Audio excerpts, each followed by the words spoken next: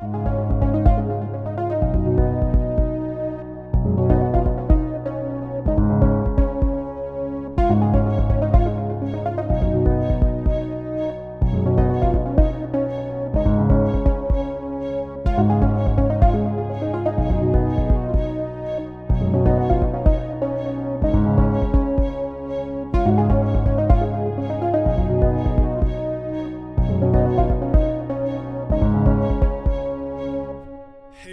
want to thank you for investing in the Shareholders podcast. I'm Monty Mott here once again, and man, God is good. It's good to be in somebody's office and we're not just on Zoom, and have a great guest for you guys. She is the owner and CEO of All In Recruiting and Talent Boutique.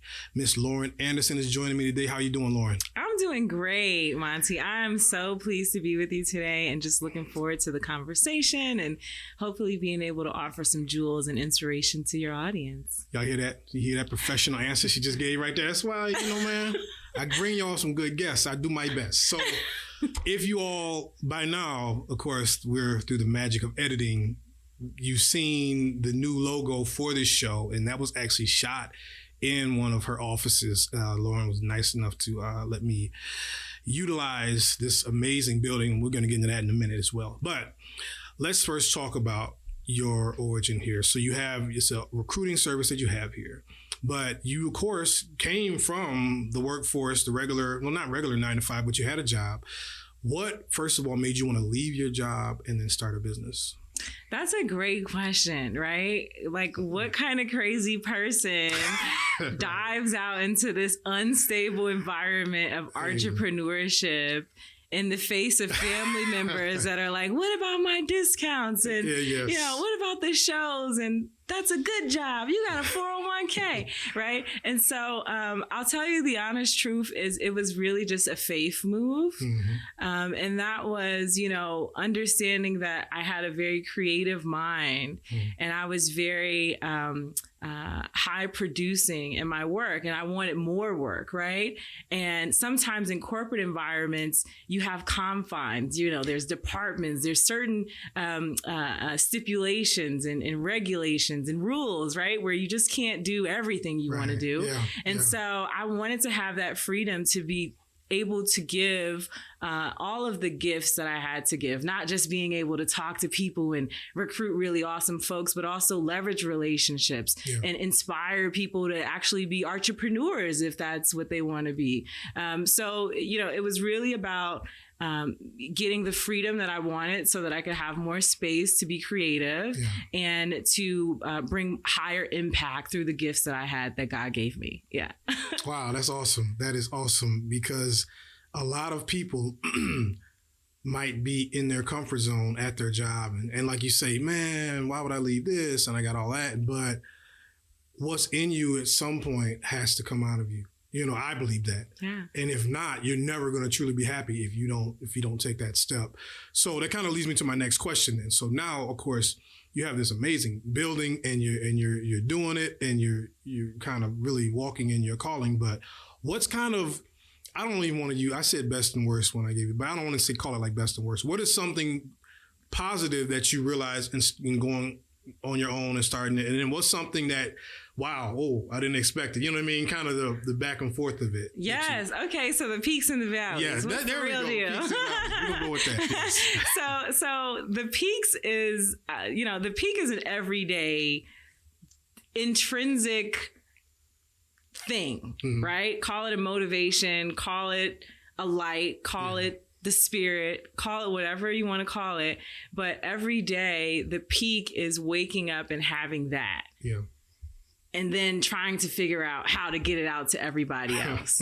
It's the coolest thing. And so when you don't work for other people, you have the ability to really hone in on that and push it to its capabilities. And so, having that light, waking up every day is a peak. And the journey of entrepreneurship, as difficult as it is very rewarding, in the way that it's impactful to other people, not just because of what you do in business and how much money you make, but also what it does for Black and brown communities, yes. right? As a Black woman yes. that's 34 years old with 3 master's degrees, and left a corporate job at like 27, these kinds of things that are not typical stories for us. Yes. And they need to be heard. And it's not just me, right? There's a community of amazing and talented Black women, Black people who, are on this journey and experiencing the peaks and the valleys. And we all know that it comes with its pluses and its minuses. Yes, it does. It's that's a great answer too. I'm gonna come back to that because you said something, and I'm gonna just make a little note to come back to that. But yeah, so when you're doing your own thing and you've kind of the benefit of working a 9-to-5 or working in a regular corporate is you do get to learn how things are done in a certain way. What did you apply from your old job to this now running your own business? Yeah, that's a great question. So like I said, I got my master's degree in human resource management at 22. And so I went to 3 different universities in Southern Indiana, in a place where not many Black people are. Yeah. And then I went off to Indiana State University, which was a lot more diverse. Uh-huh. And then I moved to Chicago, and I was working for the Hilton Corporation there on Michigan Avenue. And so since that experience, I've worked now for 3 of the world's largest gaming and hospitality corporations. Oh, wow. And so with that knowledge that I gained, throughout the schooling and having the internships and actually being a servant leader at some points, right? And working for free under great leaders in HR, those experiences really helped me to develop myself, right? And the skill sets that I already had that I could take and transfer into the industry that was applicable for me to make more money and to make more impact.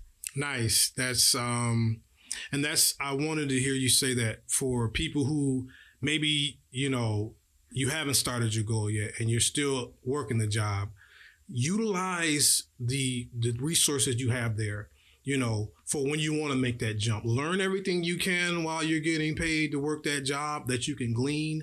And as you just heard Lauren say, she's now applying that for the things she's doing in her career. But don't just go to work and, man, I hate it here, blah, blah, blah. You know what I mean? And you're not going to take advantage of that because you're in some places that other people can't be. So you should utilize it. That's a great answer. So definitely.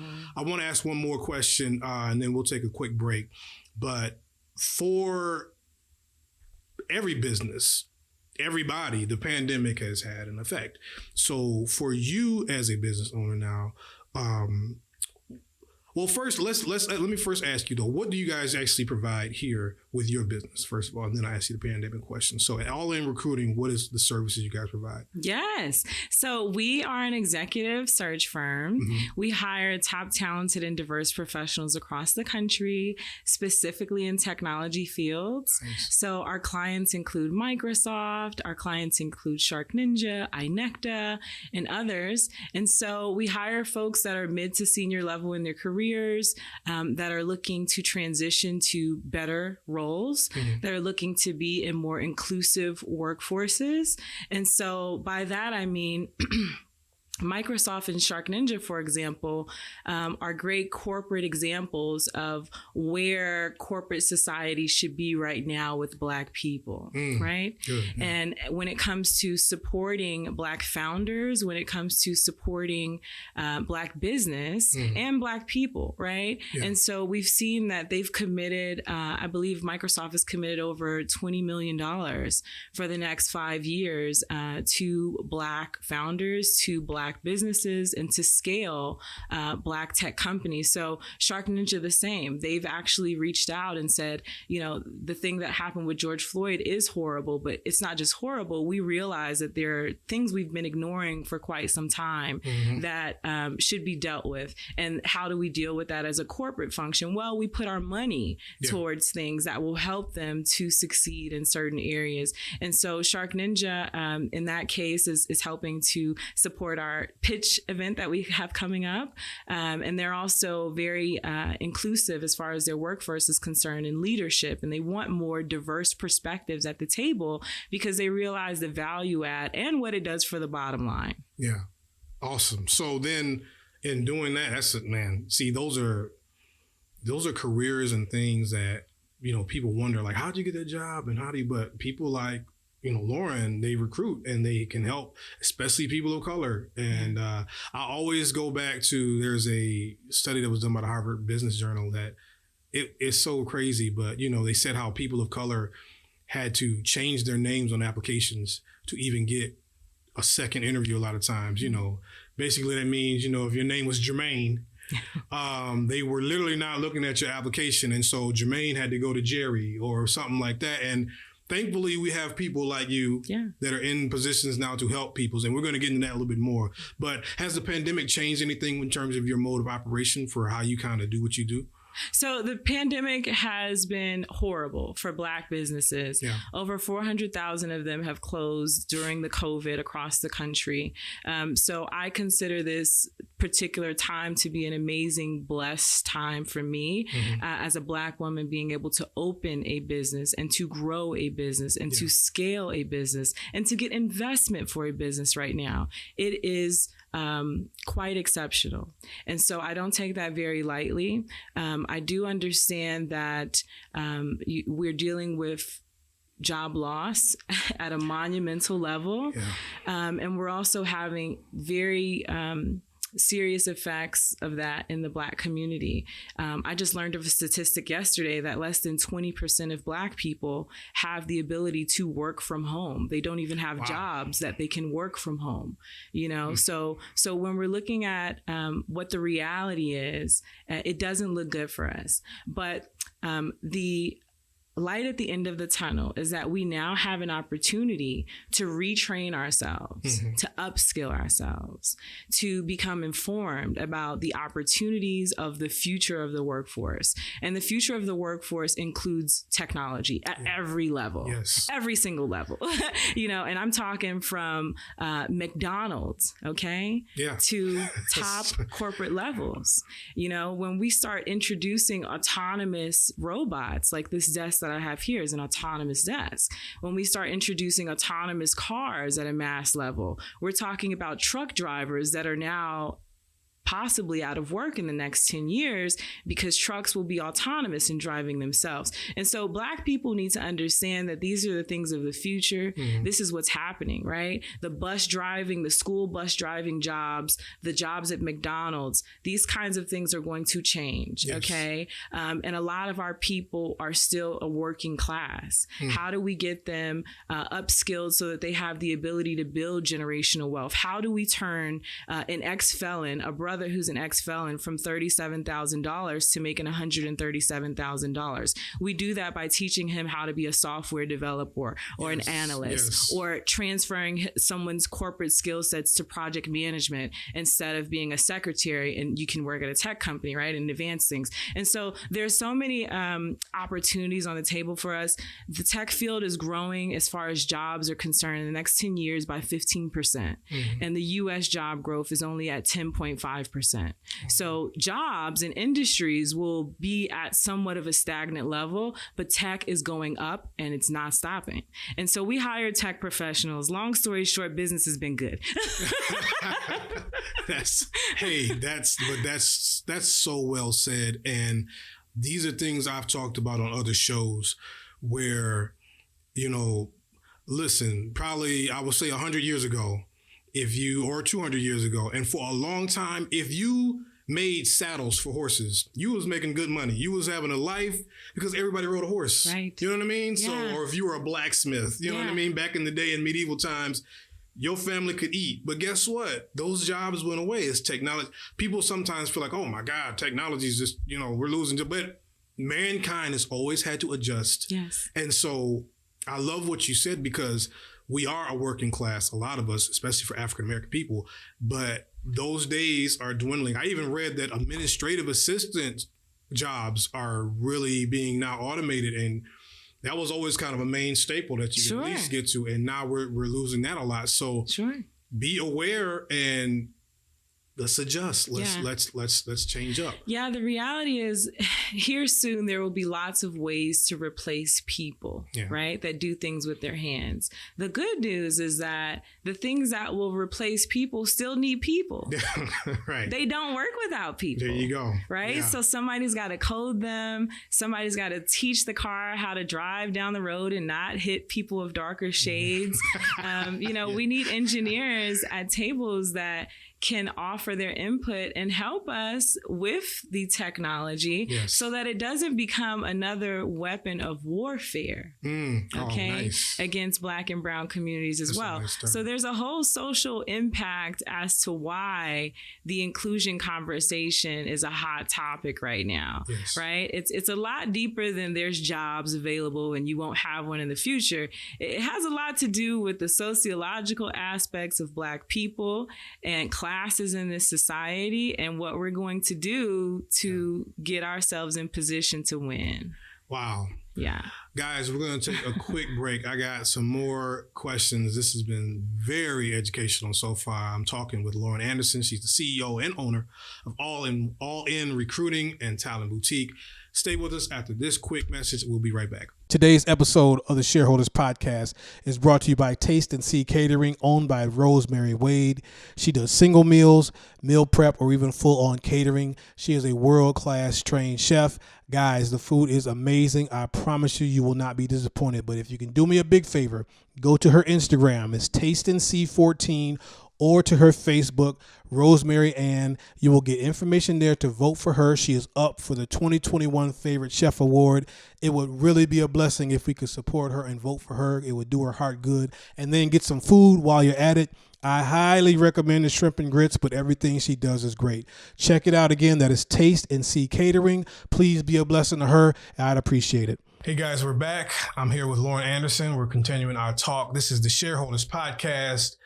Monty here with you guys, and I have truly enjoyed this conversation so far. I hope you are learning some things. I hope it's helping you and blessing you as well. So you hit on something a little earlier, and I want to go back to that.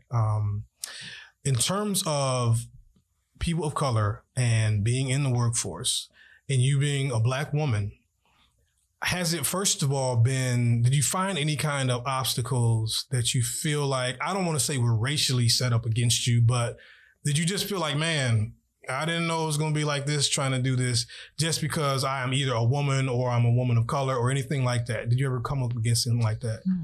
Yes. Yeah. Right. Not in the most traditional sense that you would expect to hear, right? Like, oh my gosh, someone's blocking my success because I'm Black and I'm a woman. Right. It's more so being Black and being a woman and how people deal with you because of that. Yeah. Right. And so, in my experience, it hasn't been more like a racial thing. It's been more of a sexist kind of thing, right? Wow. Because a woman getting into business, especially at, a high growth level, you don't meet many women in this space. You meet a lot of successful men.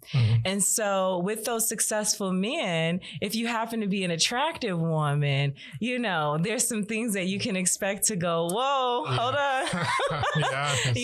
And so those have really just been, setting boundaries and really understanding how to deal with men in business has been the greatest asset, I think, that I have.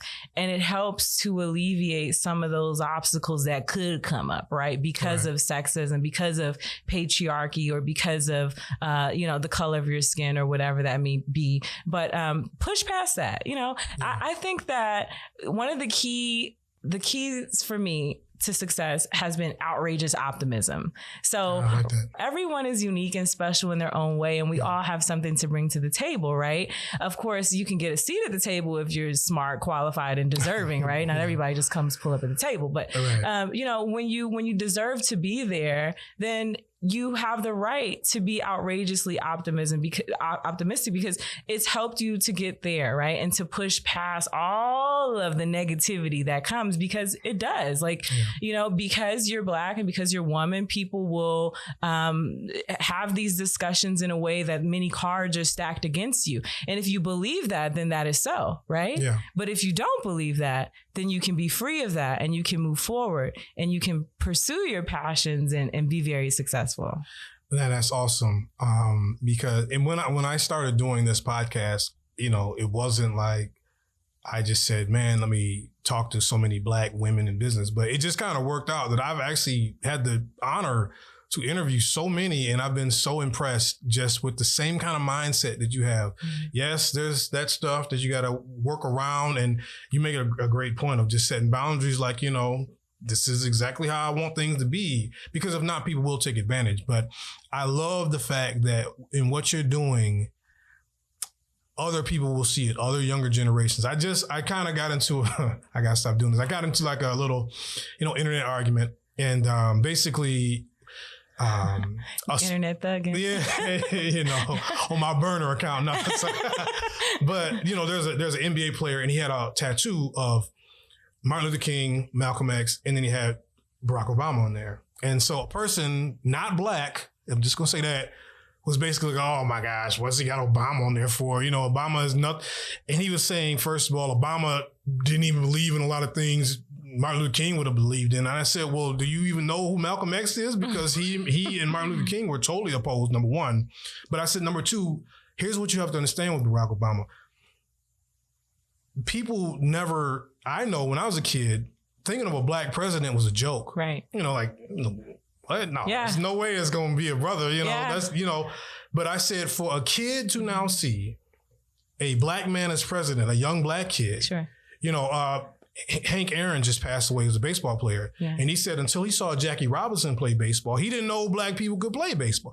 So I said, sir, who I was talking to, I said, you don't know what it means just to see, whether your politics or you believe whatever that, just to see. Yeah. And so I feel like, especially for Black kids to see Black women, Black men in business. Yeah. You know, you don't just have to have a jump shot to make it. And so I applaud people like you that are so willing to share and to give and to be aware of your community that, listen, guys, this is not the only way you can do things. You can, you know, grow and learn in business. You know, you don't have to just sing or rap. You know, nothing wrong with that if you can do it, but can't everybody sing and rap? So, you know, I like that you're showing another avenue for success. Yeah.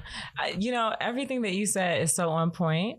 You know, the common denominator of successful people is the mindset. Yeah. Mindset. It starts there first. If you don't tackle that, you'll get nowhere. Yeah. Because it's a mind journey. Yeah. Right? It's a mind and a faith journey. It doesn't matter how many skills you have. There are people that are geniuses, that are billionaires, that can't function. Right? They can't function. And why is that? It's because of the mind. It's the journey. There are things that you have to tackle, right? And if you don't have that in check first and understand that you operate from abundance, then you'll always operate from lack. And so people that operate from lack are in fear. They are often faithful people, but not courageous enough to step out with that big, big faith, right? And to make that move. But when they do it, it's like the world changes. It's so cool. But the point is, we operate from a mindset of abundance. It's a requirement. You have to have it. Everyone should have it, you know? And, you know, when you talk about the people that you've interviewed and the successful people, and how role modeling is so important. I'll give you an example. The news was here the other day, and a young Black female anchor, she's talking to me, and, you know, come to find out after our conversation, she's a meteorologist. And I'm like, how many meteorologists does anybody in the room know? You know? And how many of them do you know that are Black women? And so she was here to shine a light on me. And I'm like, sis, we got to put you in front of some people. Like, Black girls need to see you. I know when I went to 3 schools around this country, okay? And I know one guy that studied meteorology. He's a Black guy. He didn't become a meteorologist, But I'm like, hello, little girls would like to see and know that that's possible. And it's not just a meteorologist, it's an architect, it's an engineer, it's a STEM, woman. It's all of these different examples that we need to put before them. Okay, so my next question then is, have you in your journey had any people to mentor you? I talk a lot with people in business about mentorship, and, if it's somebody in business, you're a parent, a pastor, whatever. Is anybody that kind of helped you in your journey? Yeah. So mentors are amazing to have, I think the best mentor that I've had is Jesus. I'm gonna be honest with you. Come on. That is the best mentor. And, I'll be honest with you. I lost my mother at 19 from lung cancer. Oh, wow. Yeah. And thank you. And so I have developed a unique, keen ability to kind of seek uncommon wisdom, in order to pursue life, right? Without your mother's advice. And so I've just leaned towards the Lord, right?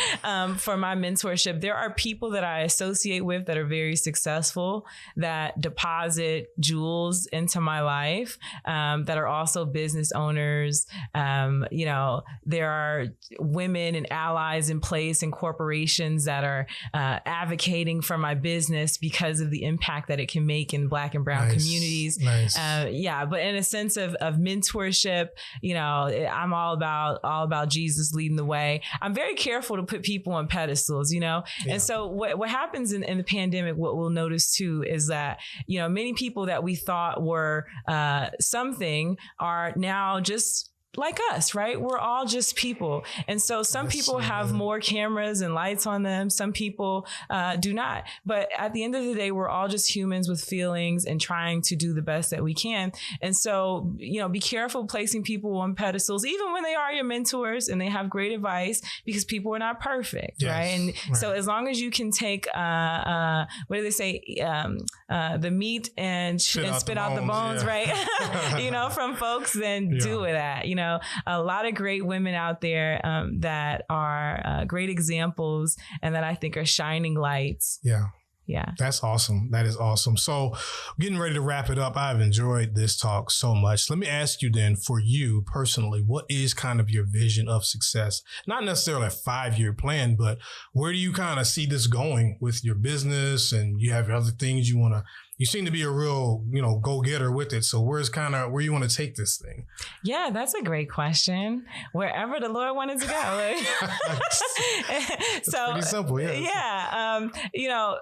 Yesterday I was listening to a talk with a woman who I admire. Her name is Lonnie Phillips. She happens to be a very successful woman who runs a very, very large vertical at Microsoft. Okay. And she gave a talk last night about having life plans and having career plans, and I said, they're two different things. Okay, let me think about that. Right. So the life plan for me is, to be happy, healthy, and wealthy. The career plan, of course, for my business is for it to help as many people as it possibly can. Right. To be able to get these folks in jobs. We just hired a director of operations in Chino Hills, California. And we got this guy up, several thousands of dollars of his salary from his previous job. And so being able to make that kind of impact where people can get career changes and really be able to start building wealth in their families because of their new career moves, and, become more happy in their work environments because they're actually in an inclusive workplace, right? That is not one that is shunning their ideas. And so we'll be opening up more offices, we'll be hiring more people. And we'll be talking with more corporate companies and small businesses, Black businesses, and helping to employ America to make it as great as we know it all can be. Oh, wow. That is awesome. That is awesome. So my last question I'd love to ask, just to share and help. Have you read any kind of books or anything that you've studied, maybe coming up, that resonates with you that you can share with the audience? I love to just kind of do my little book question there. Anything that you could recommend? Yes. So the Bible. Yeah. This morning I was reading 1 Thessalonians 4, I believe. And I read Deuteronomy too. So about living on purpose for God and, knowing that there is only one God, right? And who that God is. And so that's what I was focused on this morning. I'm also reading Daughter, Drink This Water by Jaya John. I think that's how you say his name, Jaya John. He is so poetic. Oh my God. His words are inspiring to your soul. It's weird. I mean, I was one page and I'm like, I can feel this, you know? Wow. But it's a beautiful book, a great inspiring book for women.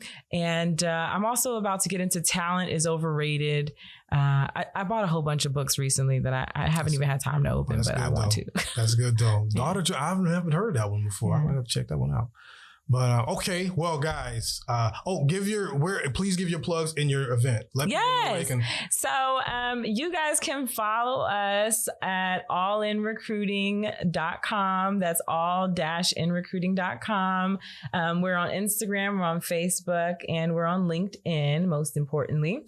And so we are having a Shark-ish event that is upcoming here in Las Vegas on February 26th. And we're going to give out over $5,000 of reward money to what we believe are emerging geniuses in the local Las Vegas community. They'll need to have 1 to 2 page business plan, a creative pitch for 3 to 5 minutes, and hopefully the solution or technology or service that they are introducing will solve an issue for Black and Brown communities. So that's what we're up to. Awesome. I like that. So please, if you're hearing this, make sure this is going to air before the event, of course. Check them out. She has a great building and facility here. It is unbelievable. I'm very excited for what you guys have in the future. So Lauren, thank you for being on the show. Thank you. You guys, you know where to check us out. Of course, Shareholders Podcast, Monty Mott, things like that. Check us out on YouTube as well. You know what to do. Be blessed. Stay sharp.